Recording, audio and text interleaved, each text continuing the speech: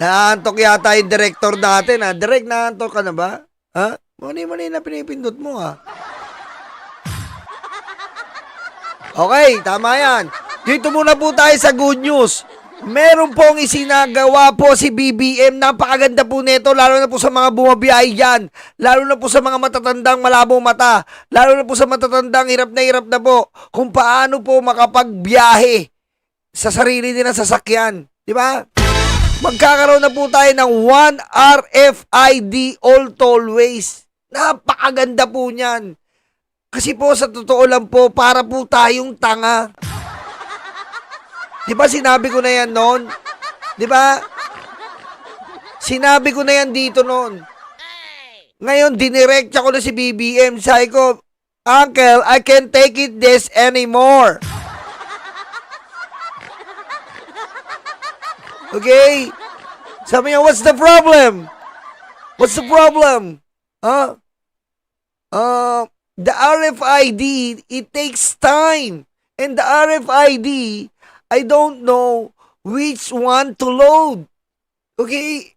Why don't we have a 1 RFID when going to the expressway, Uncle?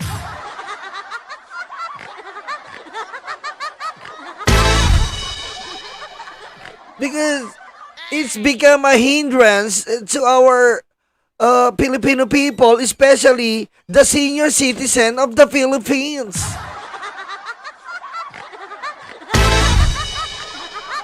Okay?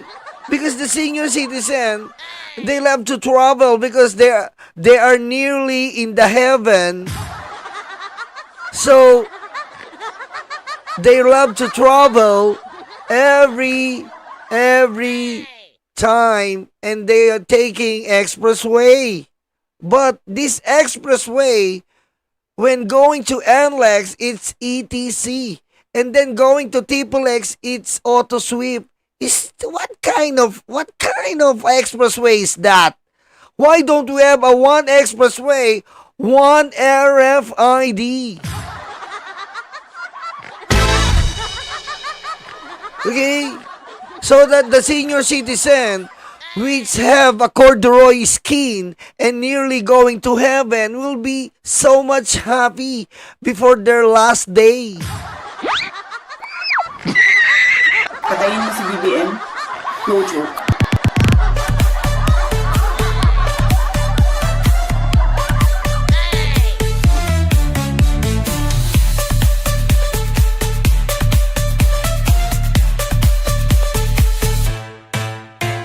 Siyempre, sasabihin na naman ni Sarah, wala na naman nagawa si BBM. Walang ginagawa yan. Wala.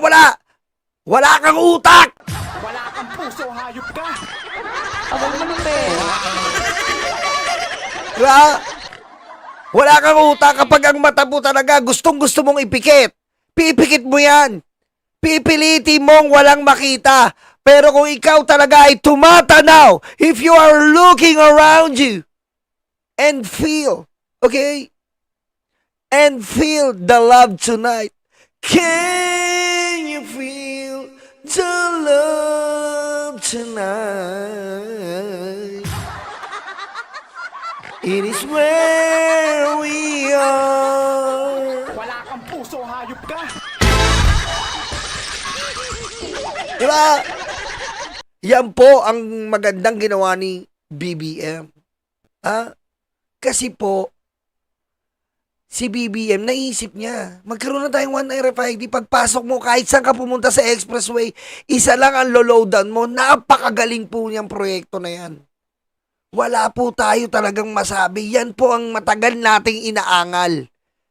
Pupunta ka sa ETC, mamamali ka, wala pa ng load yung isa mo. Eh kung isa lang ang niloloadan mo, you can monitor. Okay?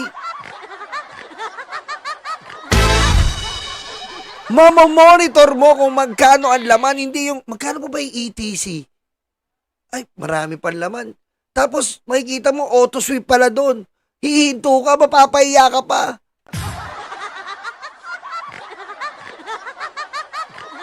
Ngayon po, magkakaroon na tayo ng 1 RFID, all tollways. Lahat yan!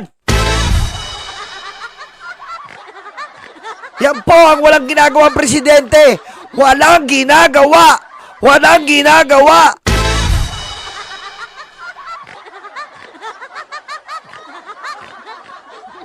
Okay. Yan, wala na naman ginagawa si BBM. Ha? Walang ginagawa eh. Puro travel, naghaharap ng interim release. Wala kang puso, hayop ka!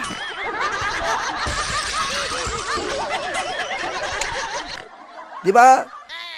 We must always remember, as Nyolo said, politics divides, but progress unites. Oh, yeah!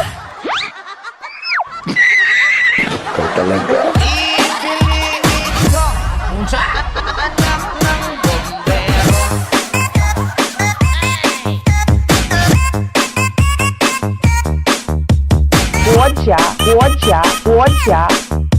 主席习近平 Nak ng weteng, meron na tayong mga ganyan-ganyan talinghagang salita sa English. Politics divides, but progress unites. Oh my God!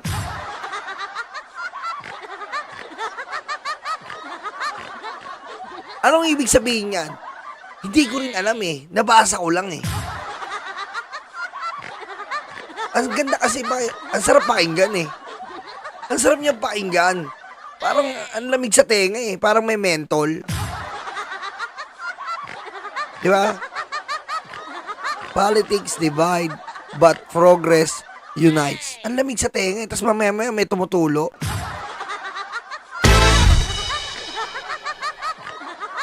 Di ba?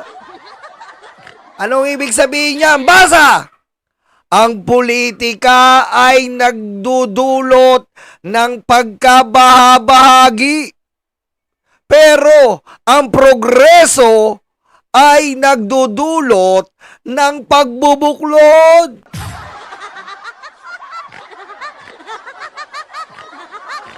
Diba? Ang politika po masalimuot. Ang politika po madumi. Ang politika po ay puro siraan. Pero pag ang isang tao po nagpakita po ng progreso, nagpakita po ng pag-angat ng iyong bansa, nagpakita po ng pagtulong sa iyong mga kapwa Pilipino, nagkakaroon po tayo ng pagkabuklod-buklod.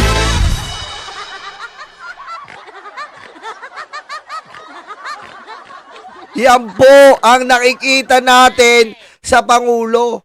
Hindi niya pinaniniwalaan ng politika masyado. Ang ginagawa niya puro trabaho para may progreso para sa Pilipino.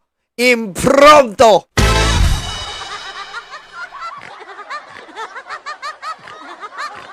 Diba? Yan po nakikita natin ngayon. Marami mang paninira, maraming pagbabanta sa buhay, pero diretso trabaho, wala akong pakialam sa inyo.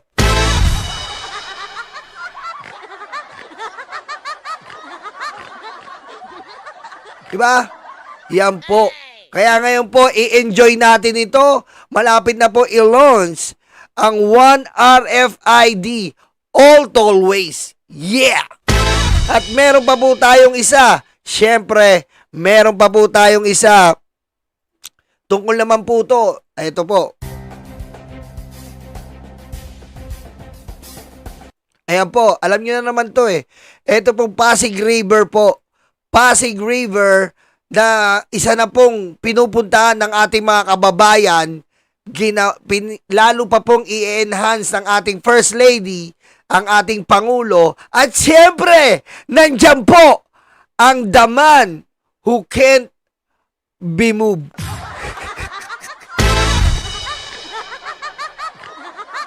Sino po nandyan? Si Isko Moreno. Kitang-kita nyo naman, napakasaya po ni Isko dyan. Tinuturo pa ang mapa. BBM, dito lagyan mo. First Lady, dito lagyan mo. Dito po, dito First Lady, lagyan mo. Masaya na si Isko.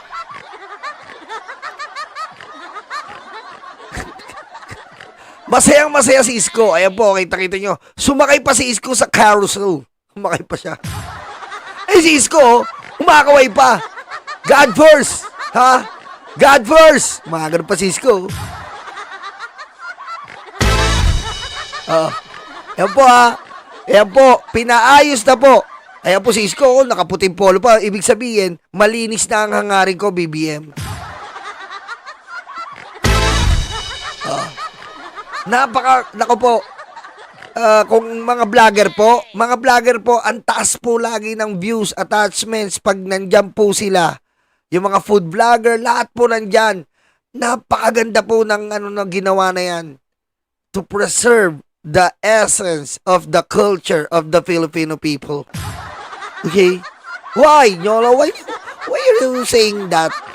Because as we all know, that is Intramuros, one of the heritage site of our country, and this our First Lady did the right thing. What she did? She enhanced Intramuros, especially the Pasig River, and make it into a park. Amazing.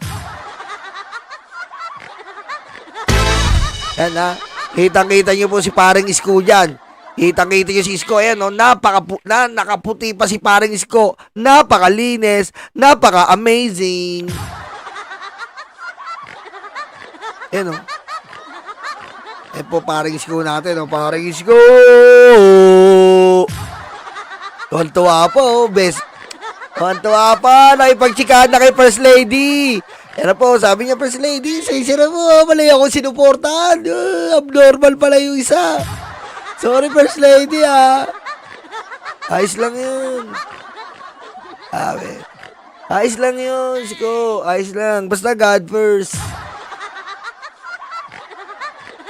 Yeah. Ano sabi ni BBM?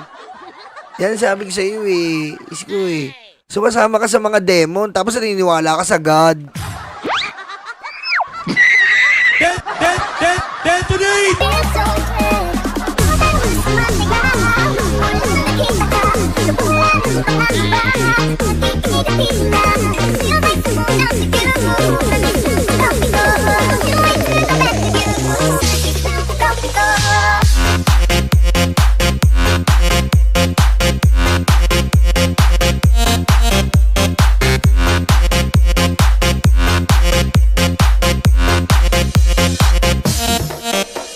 At dito na po tayo po ay mag-ingat.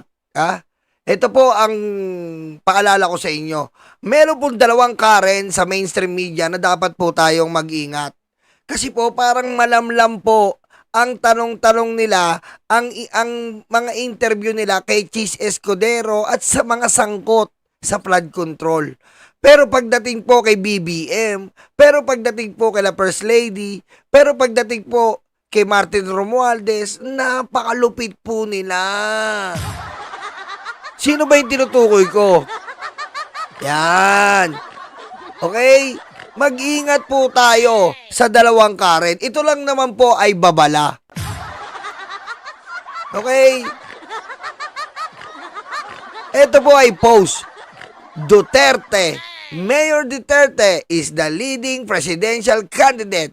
He can handle the toughest question. Duterte! Duterte! Duterte!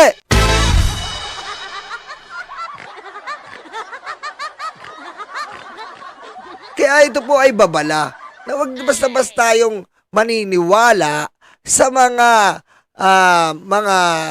nakikita natin na masyadong marahas magtanong pag kay BBM. Pag-issue kay BBM, pag-issue sa ICI, pag-issue sa ibang bagay na regarding administrasyon kay Yusek Claire. Malulupit magtanong.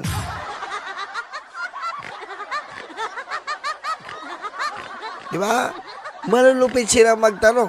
Pero pagdating po sa mga DDS block, medyo malambot.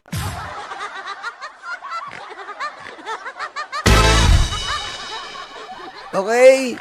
Yan po ang isang Karen na tinutukoy ko. Kilala nyo naman yung isang Karen na yan.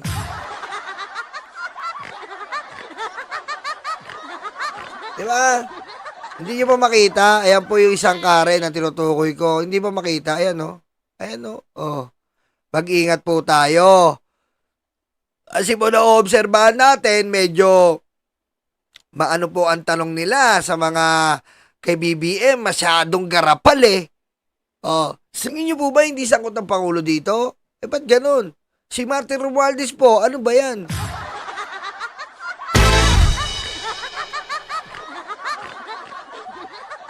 Diba?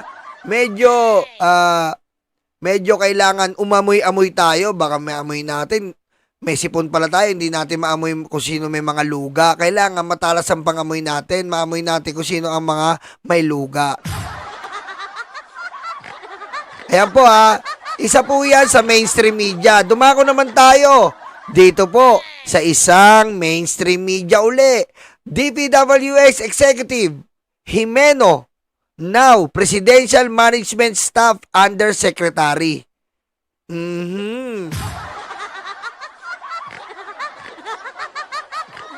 Okay, isang Karen po to, Karen Jimeno. Mag-ingat din po tayo. Ito po ay nasa bilyonaryo. Ha? Haba ng hair, Karen Jimeno gets 2 cabinet secretary as her drivers. Solid DDS po ito. Yung isang host dyan sa bilyonaryo.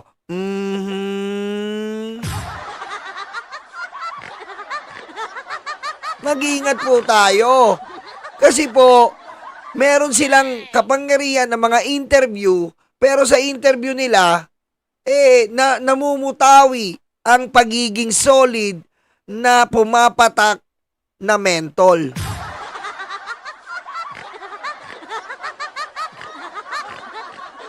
Diba?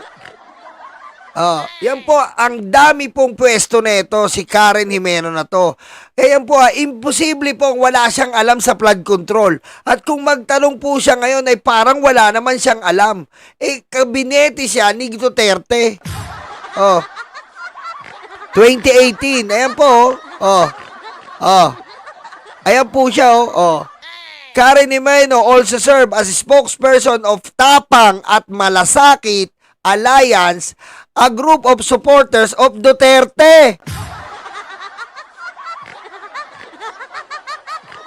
The group was launched in October 2017, headed by Davao City Mayor Sara Duterte. Kaya nga sabi ko po sa inyo, ang bilyonaryo, nakikita nyo po ang mga ini-interview? Sila Attorney Topacio, yung mga ini-interview yan, si Piggy, ayan po ang ini-interview dyan. Puro mga DDS.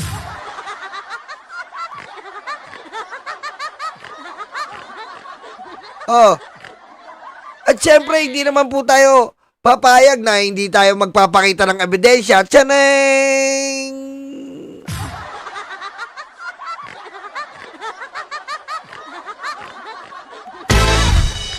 Kaya mag-ingat po tayo sa iba't mainstream media yan. Hindi po natin hate ang mainstream media.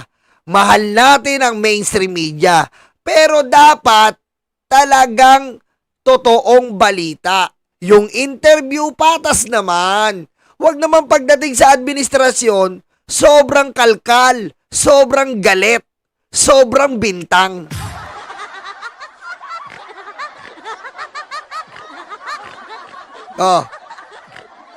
Huwag ganon. Kasi po, kailangan mainstream media.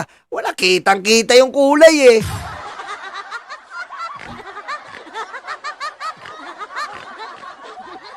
Look, our BNC, Attorney Karen Jimeno, share a photo with Vice President Sara Duterte at The Hague, Netherlands during the birthday celebration of former Rodrigo Roa Duterte. Mag-ingat tayo. Ito po ay paalala. Okay? Hindi ko po sinasabi sa inyo, mag-ingat tayo. Kasi sa mga interview nila, abay may naaamoy tayong green grass of home. Wala kang puso, hayop ka! And there to meet me is my tenga hebluga. Down the road I look and I see BP tililing with current B.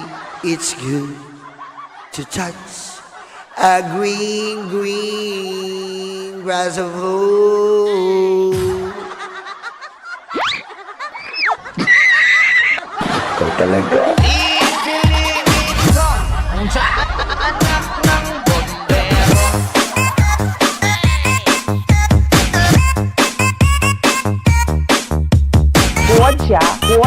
国家主席习近平。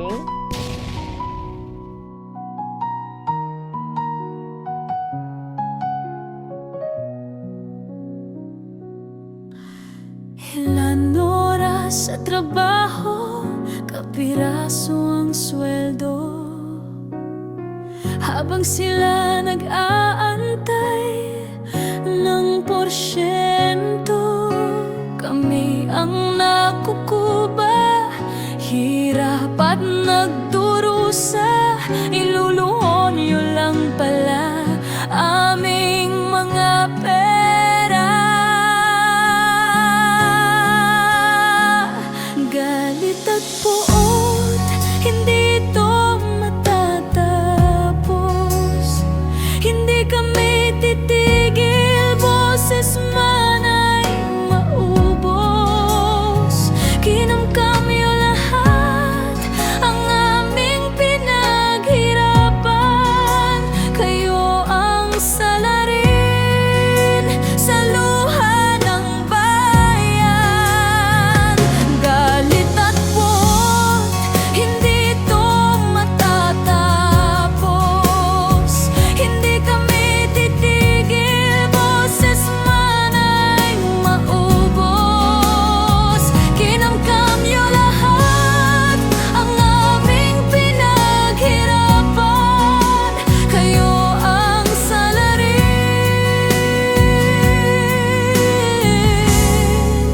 sa luha ng bayan.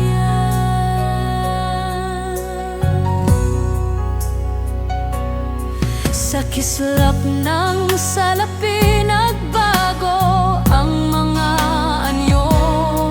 Itim ang kulay na dumadaloy sa inyong dugo. Malansang katauhan, hindi nyo na matatakpan. Nakabarong na pala ngayon ang mga kawatan.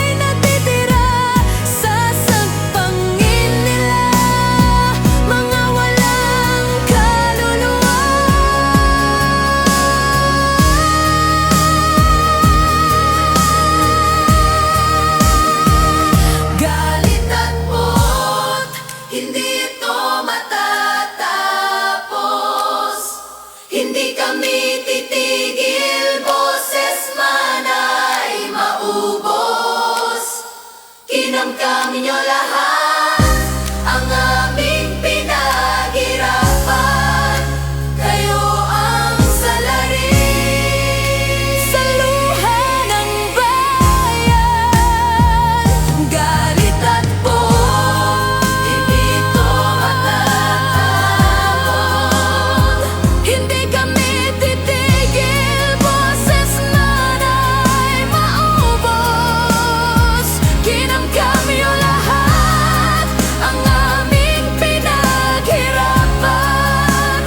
Kayo ang salarin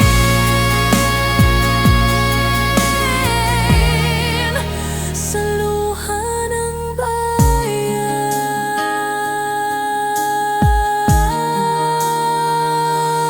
Totoo pala ang multo, nakakatakot ito. Kinaibigan nila, inutusang kainin